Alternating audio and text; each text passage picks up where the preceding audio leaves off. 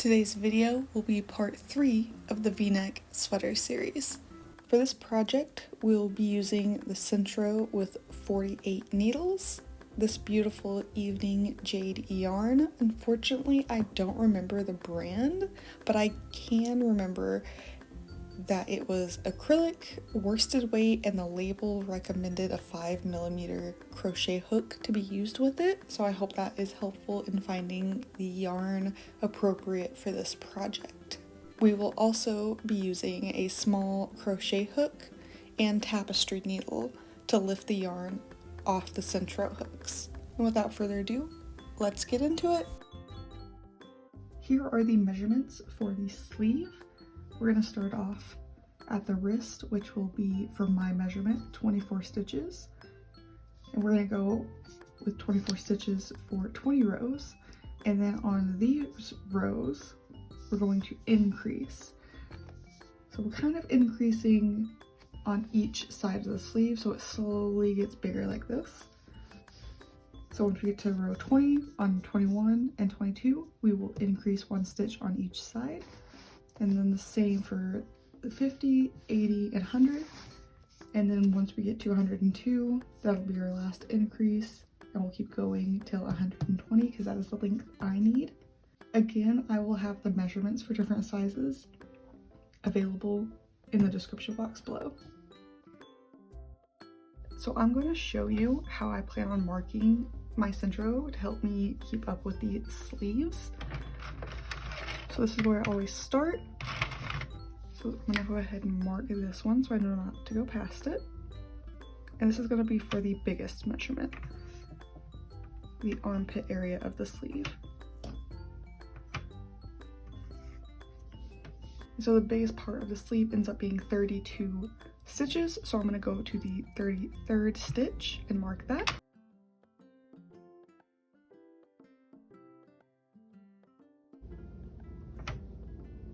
That way I know not to go past this one.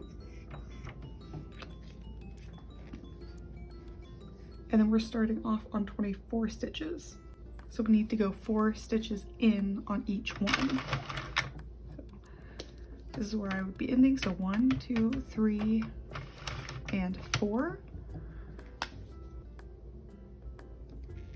I'm gonna go ahead and mark that. And I like to go ahead and mark all of them. That way, as I go in, I can erase them. And I'm gonna do the same on the other side. 1, 2, 3, 4.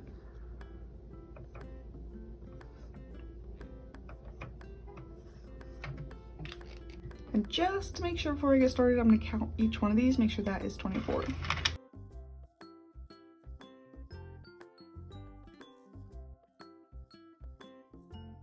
And that is 24. So I'm gonna go ahead and cast on my waist yarn and I'll be right back. Remember, we're not casting our waist yarn on here because this is where we're ending. So you wanna start on the smaller measurement.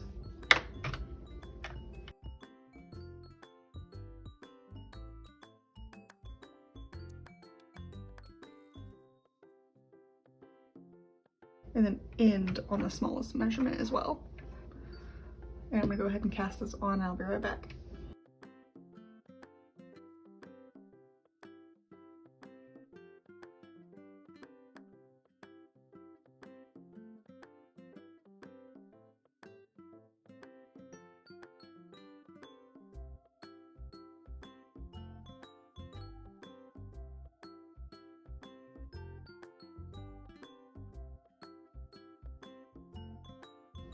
Now that I'm done with my waist yarn, I'm gonna put that in there. Set my weight on it. Take my regular yarn that I'm using for the project, and I saved a little bit of it on the end to work with. And I'm gonna go ahead and cast that on. And I'm going to go ahead and do 20 rows, the first 20 rows, and I'll meet you back on row 21 for the increase.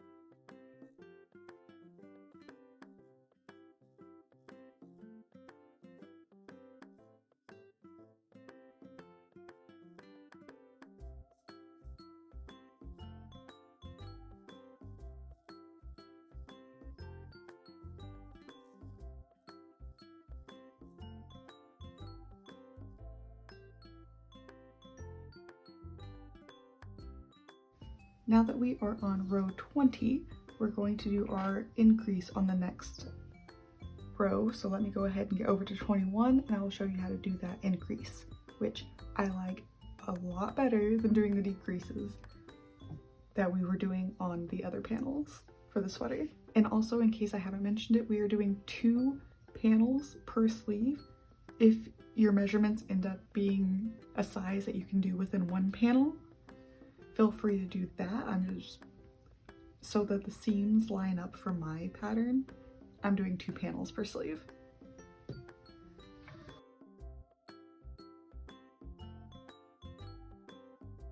Right, and here's where we were stopping and then going back, but we're gonna go over one more. I'm gonna go ahead and erase this last one, so I know this is my new stopping point. And now we've increased 1 on row 21. Now let's go back to row 22 and increase 1 stitch there as well. And here's where we were stopping before, and here's where we're stopping now.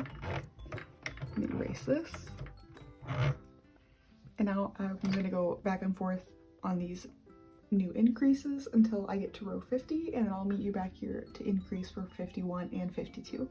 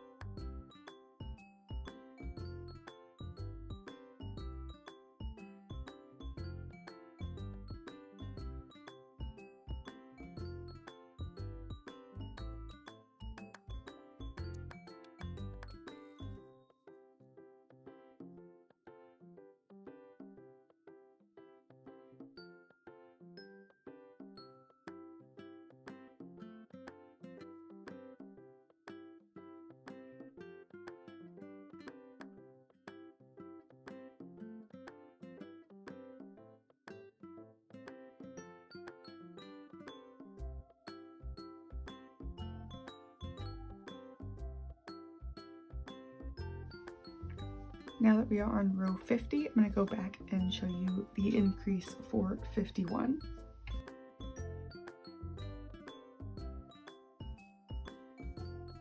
And again, here's where we're stopping for the previous rows.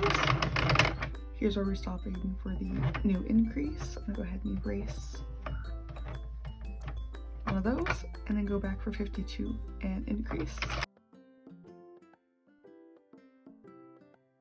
Here's where we were stopping.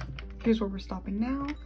And again, these stop numbers may look different depending on the size you're doing from the chart. So just do the size that you need to do. But this is the size I'm doing and I'm just showing you for reference. And now I'm gonna go back and forth until I get to row 80, and then I will show you the increase for 81 and 82. And I'll be right back.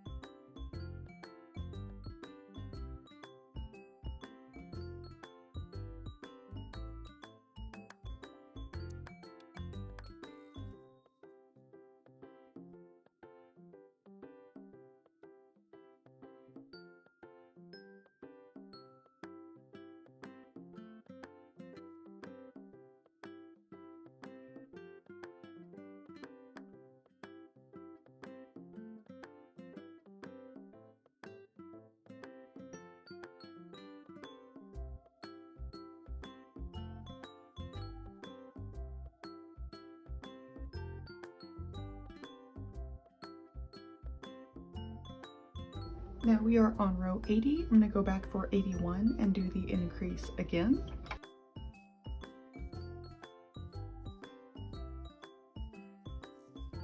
And like before, this is where we were stopping, and this is where we're stopping now, erasing this, and then going back for 82 for another increase. No longer stopping here, but stopping here. Erasing this. And then I will meet you back here for increase 101 and 102.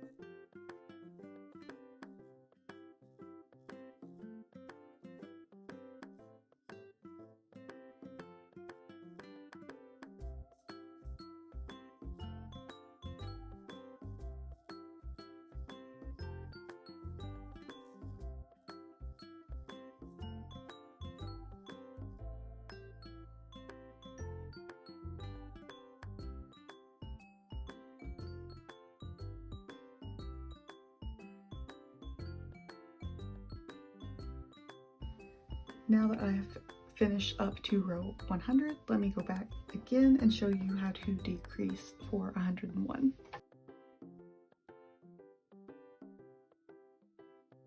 Instead of stopping there, we're stopping here.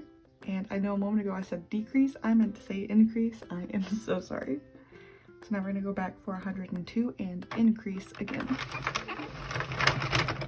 Don't forget to erase that. And now we're on our last two. Instead of stopping here, we're stopping here. Erase that. And now that we're on our white peg, that was our last increase. And now I'm gonna keep going until I get to row 120. And then I will cast on my waste yarn, so I will see you there.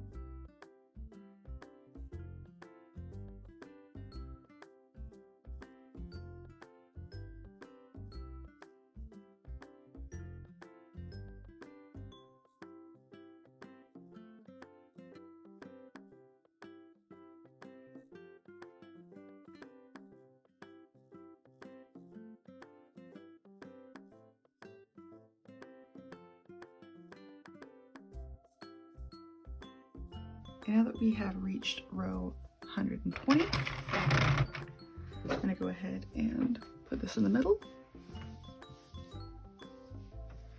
put my weight on it, and put on my waste yarn.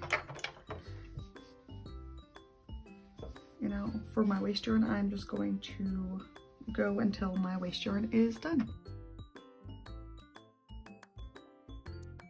And just a helpful hint, when I do waste yarn at the beginning and the end, I usually try to do at least 10 rows, but I have kind of pre-cut waste yarn balls that I keep reusing over and over again. So some of them give me more, some of them give me less, but more rows is always good. I just try to use at least 10 because that kind of helps cut down on the curling on the ends of your projects.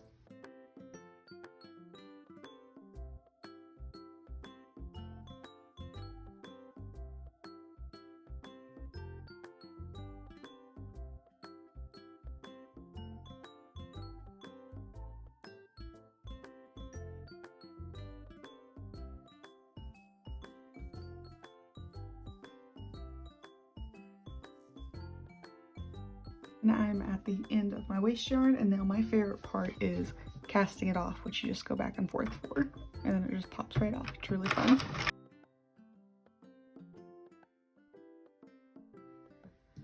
And even though it is curled up, you see what I mean by it starts off smaller, gets bigger. This is where the armpit's gonna be, this is where the wrist is gonna be.